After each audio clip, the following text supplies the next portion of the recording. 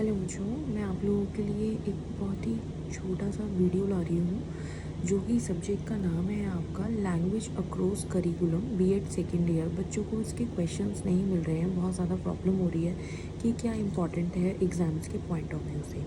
तो मैं आपको बहुत ही रैपिडली, बहुत फास्ट तरीके से बताने वाली हूँ कौन कौन से क्वेश्चंस या टॉपिक इम्पॉर्टेंट है एग्ज़ाम्स के पॉइंट ऑफ व्यू से।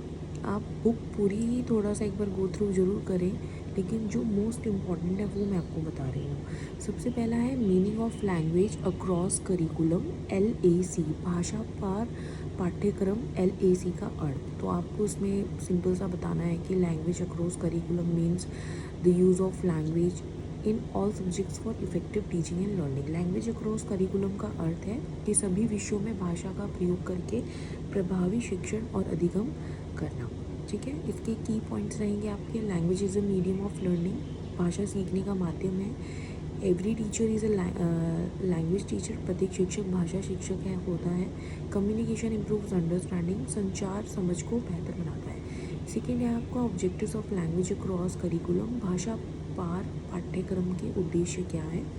तो आपको बताना है कि LAC का मुख्य उद्देश्य सभी विषयों में आपका कम्युनिकेशन और अंडरस्टैंडिंग को, मतलब संचार और समझ का विकास करना होता है, और इससे हमारी कम्युनिकेशन स्किल्स इंप्रूव होती है, क्लासरूम इंटरेक्शन अच्छा होता है, reading and writing skills develop होती हैं, आपकी जो लर्निंग है वो अर्थपूर्ण, मतलब मीनिंगफुल होता है, अधिगम और क्रिटिकल थिंकिंग को प्रमोट करता है। ठीक है, चिंतन क्षमता विकसित करता है। नेक्स्ट है आपका importance of language in education, शिक्षा में भाषा का महत्व क्या है। लैंग्वेज देखिए एक बहुत ही इंपॉर्टेंट रोल प्ले करती है आपका टीचिंग में, लर्निंग में एंड कम्युनिकेशन में। भाषा शिक्षण, अधिगम और संचार में बहुत ही इंपॉर्टेंट रोल निभाता है। ये आपके आइडियाज़ को एक्सप्रेस करने में हेल्प करता है, सोशल इंटरेक्शन इंप्रूव करता है, आपकी थिंकिंग एबिलिटी को डेवलप करता है, और आपकी जो अधिगम प्रक्रिया होती है, जो लर्निंग प्रोसेस होती है, उसको भी प्रभावी बनाता है। नेक्स्ट है आपका कम्युनिकेशन स्किल्स। कम्युनिकेशन स्किल्स क्या है, आपकी एक एबिलिटी है जिसमें आप अपने आइडियाज़ को, अपनी विचारों को, सूचनाओं को आदान प्रदान करते हैं, एक्सचेंज करते हैं।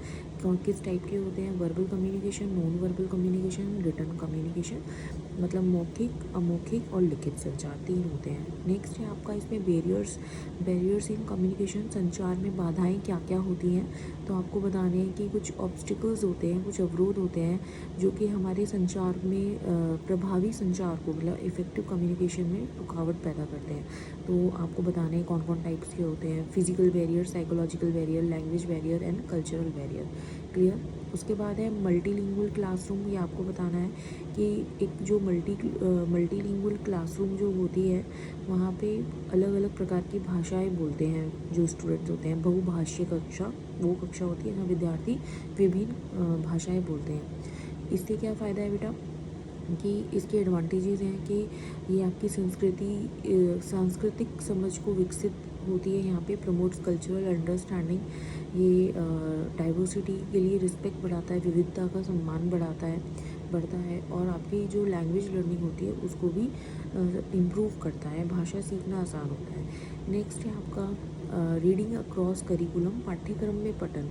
देखिए जो रीडिंग होती है अक्रॉस करिकुलम मीन्स पाठ्यक्रम में पठन का अर्थ है कि reading in all subjects for better understanding, सभी विषयों में पढ़ने के माध्यम से क्या होता है, समझ विकसित होती है। तो इसके इम्पॉर्टेंस क्या क्या है, ये आपकी कॉम्प्रहेंशंस को इम्प्रूव करती है, आपकी समझ को बढ़ाती है, वोकैबलरी एनहेंस होती है, शब्दावली वृद्धि होती है, और एनालिटिकल थिंकिंग भी डेवलप होती है। नेक्स्ट है आपका राइटिंग अक्रॉस करिकुलम। पहले हमने अभी रीडिंग समझा, अब हम लिखने का समझ रहे हैं कि राइटिंग जो है उससे क्या होता है, हमारी जो लेखन गतिविधियों का उपयोग होता है सभी विषयों में। ठीक है ना, writing activities in all subjects we use.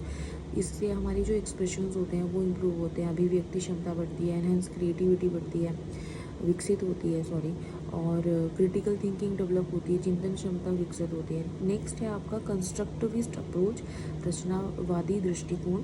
Constructivist approach जो फोकस होती है वो किस पे होती है बेटा, on learning through experience and interaction. ये हमारे अनुभव और सहभागिता द्वारा सीखने पर आधारित होती है, रचनावादी दृष्टिकोण, और इसकी थ्योरी भी है हमारे और अदर सब्जेक्ट्स में, तो ये आपको बहुत अच्छे से पता होना चाहिए।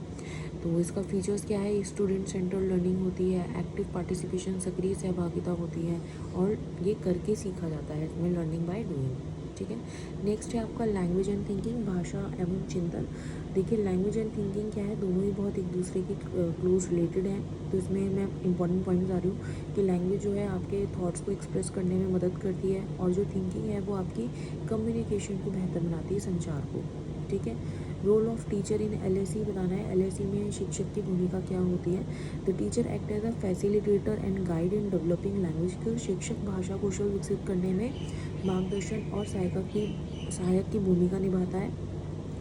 इसके बेटा मेन फंक्शंस क्या क्या हैं कि जो मेन फंक्शंस क्या क्या हैं बच्चों इसके, जो इट्स इनक्रीज कम्युनिकेशन, ये आपकी कम्युनिकेशन को प्रोत्साहित करता है, संचार को। यूज़ एक्टिविटी बेस्ड लर्निंग, ये गतिविधि आधारित शिक्षण होता है। डेवलप कॉन्फिडेंस अमंग लर्नर्स, ये विद्यार्थियों में आत्मविश्वास बढ़ाता है। नेक्स्ट है आपका क्लासरूम इंटरेक्शन, कक्षा अंतक्रिया। Classroom interaction refers to communication between teachers and students. कक्षा अंतक्रिया से तात्पर्य शिक्षक और विद्यार्थियों के बीच का संचार से है। इसके क्या महत्व है, ये आपकी लर्निंग को सक्रिय बनाता है, एक्टिव बनाता है, आपके पार्टिसिपेशंस बढ़ाता है, सहभागिता बढ़ती है, और अंडरस्टैंडिंग इंप्रूव होती है, समझ को विकसित करता है। नेक्स्ट इंपॉर्टेंट पॉइंट टॉपिक है आपका लैंग्वेज डाइवर्सिटी, भाषाई विविधता। इसमें बेटा आपको बताना है लैंग्वेज डाइवर्सिटी का मीन्स है existence of different languages in society, कि समाज में विभिन्न विभिन्न भाषाओं की उपस्थिति है।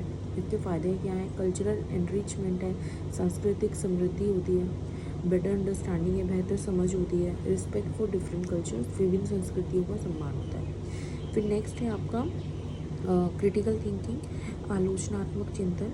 इसमें आप बताएंगे कि critical thinking means logical and analytical thinking. आलोचनात्मक चिंतन का अर्थ है कि तार्किक और विश्लेषणात्मक सोच। हेल्प्स इन प्रॉब्लम सॉल्विंग, ये आपकी समस्या समाधान में आपकी हेल्प करता है।